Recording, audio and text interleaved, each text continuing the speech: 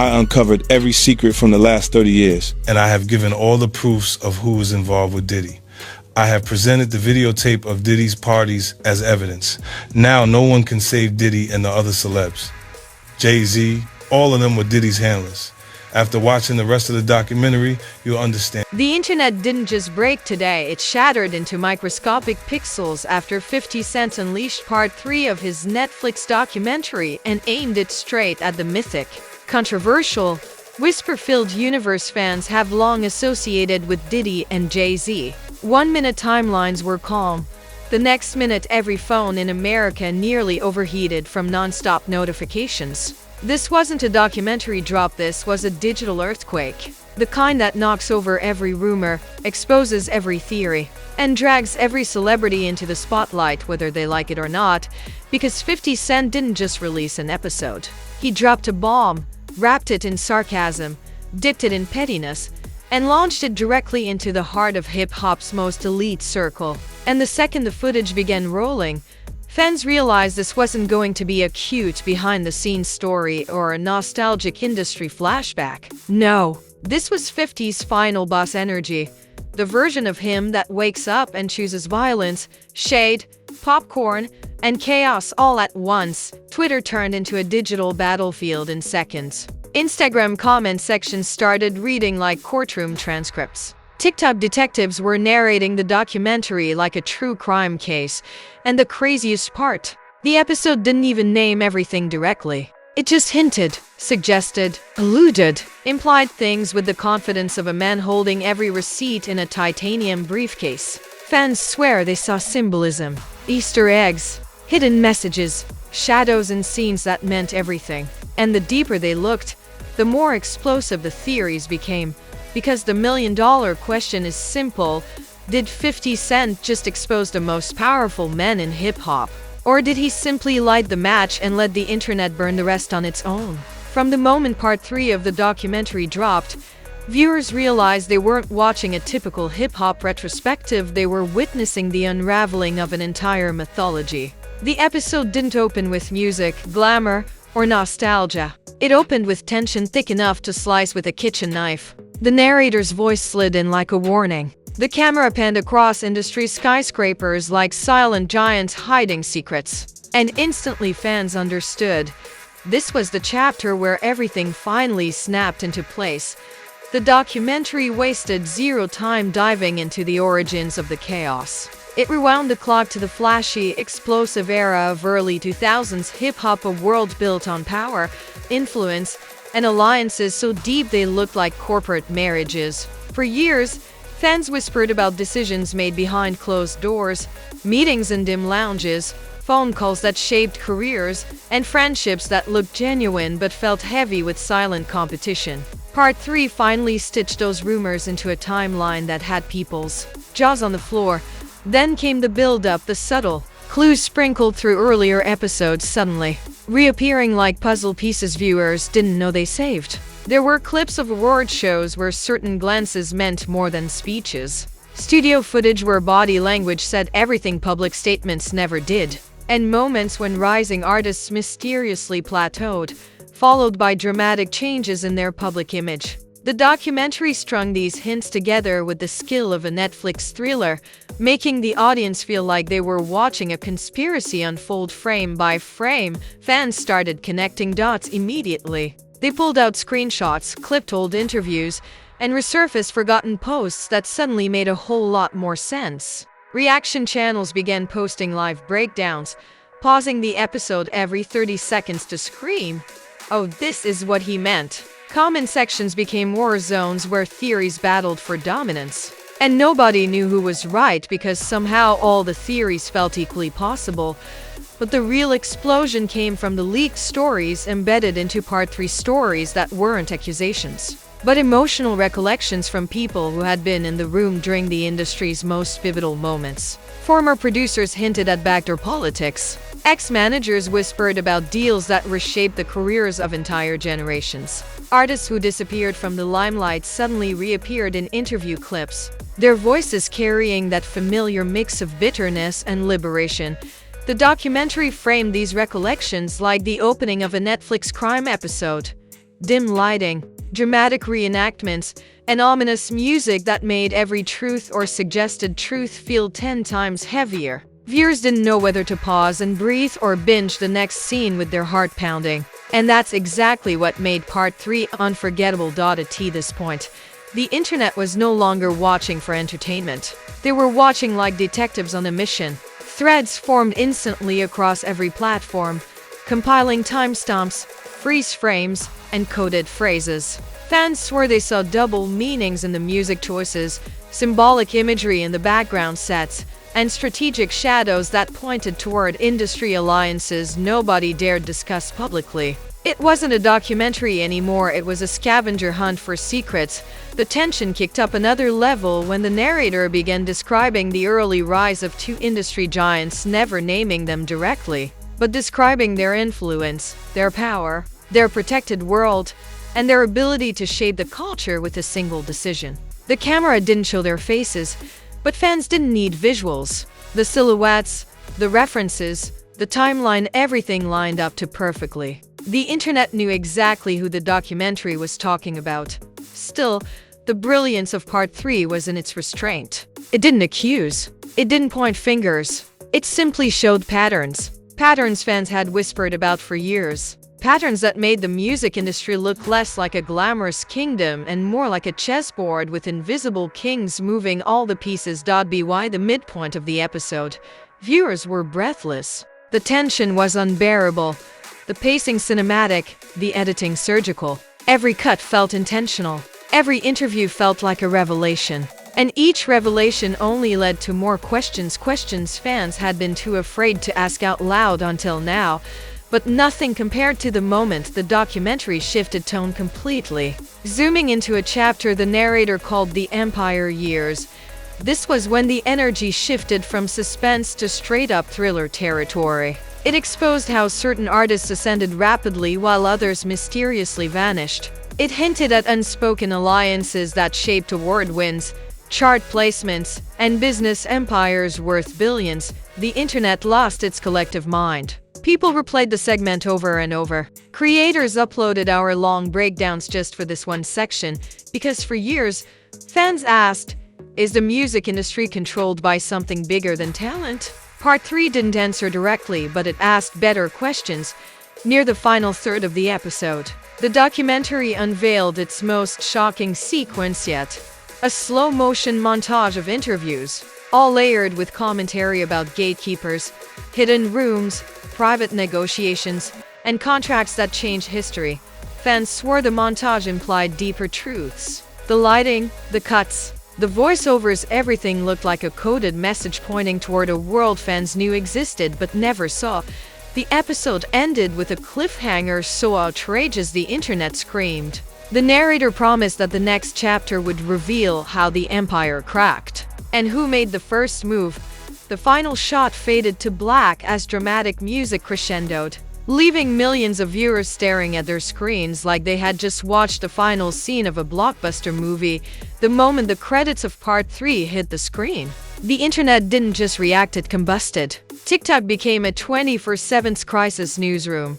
Twitter turned into a courtroom packed with conspiracy lawyers, and Instagram felt like a Zeus reunion special where everyone was yelling at once. People weren't simply watching a documentary anymore. They were decoding a prophecy, one allegedly aimed straight at Diddy and Jay-Z, courtesy of the King of Chaos himself, 50 Cent. Within minutes, reactions poured in faster than Netflix could handle. Clips of the documentary flooded timelines with dramatic captions like, "Nah, 50 is wild for this and the industry is shook."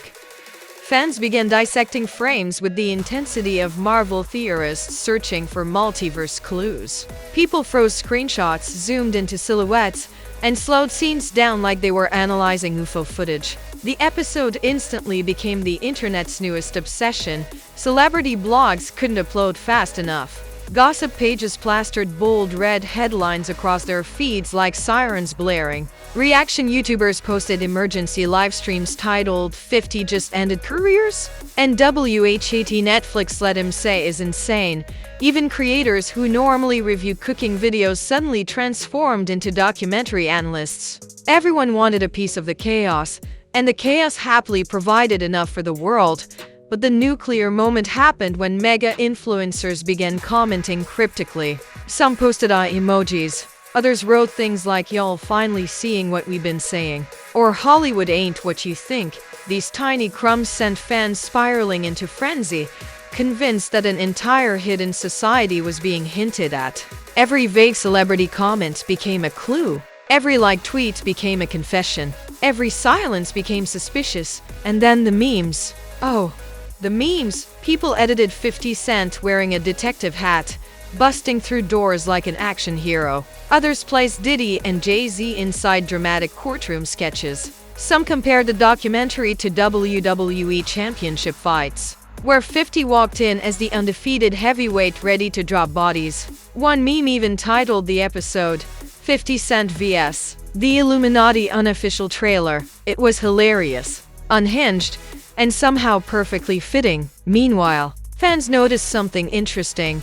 Neither Diddy nor Jay-Z made any statement regarding the documentary. Their silence became a character in the story, a loud, mysterious, looming force that only made the internet more determined to uncover hidden meaning. Some fans insisted the silence meant guilt. Others argued it meant indifference. But the loudest group believed silence meant the truth hid closer than anyone expected. As threads grew longer, people started revisiting old interviews, resurfacing clips where artists hinted at industry politics, invisible ceilings, and doors you don't want to open. Suddenly, vintage footage from the 90s and early 2000s reappeared on everyone's For You page. The internet began building giant digital corkboards filled with arrows connecting artists, producers, labels, and controversies. It looked like a crime map, except made entirely by fans with Wi-Fi, free time, and zero chill. But then came the real turning point. A handful of lesser-known artists began posting vague messages, some saying "he ain't lying," while others wrote "y'all not ready for the truth." These messages hit the internet like a lightning strike. People immediately suspected they had seen things, heard things, experienced things. Their silence over the years now felt like another ominous clue in the growing web of theories. Every update escalated the chaos. Some viewers believed 50 Cent was simply trolling, stirring drama for entertainment. Others believed he was an industry whistleblower armed with decades of receipts. And the most dramatic fans compared him to a Marvel anti-hero on a mission to bring justice to the entertainment universe. The interpretations were wild, contradictory, and endlessly entertaining. But the documentary didn't just spark conspiracy theories. It ignited cultural commentary. People debated power structures, fame, corruption, gatekeeping, and the blurred morality behind mega empires. Viewers questioned whether the industry's biggest icons were benevolent kings or puppet masters hiding in plain sight. Comment sections became sociology classrooms with memes and profanity. Midway through the meltdown, a rumor surfaced that Netflix executives were nervous about dropping Part 4. Whether true or fabricated by an over-caffeinated fan, it spread across the internet instantly. Some viewers said Netflix was scared of legal backlash. Others said Netflix wasn't scared at all, they wanted the chaos. This rumor alone created its own subplot, with people arguing whether the next episode would be delayed, edited, or even cancelled. Then someone posted an unverified leak claiming Part 4 included even more explosive footage. Fans didn't wait for confirmation, they ran with it, creating hysteria across every platform. Everyone wanted to know, who would 50 Cent target next? Producers? Moguls? Politicians? The internet joked he might expose the entire universe by the end of the series. Throughout all the mayhem, one question kept resurfacing. What made 50 Cent do this now? Some believed he was reclaiming power in a media landscape controlled by elite players. Others said he was simply a master entertainer, feeding fans the drama they crave. And a smaller, wilder group believed he was preparing for a massive industry takeover, not musically, but strategically. And then came another twist. As if the timeline didn't already have enough. A celebrity huge, respected, influential liked a tweet supporting the documentary's implications. The internet erupted. People screenshot the like, reposted it, and screamed, "See, Even they know. It didn't matter that the celebrity unliked the tweet 2 minutes later. The damage was done. The narrative now had validation.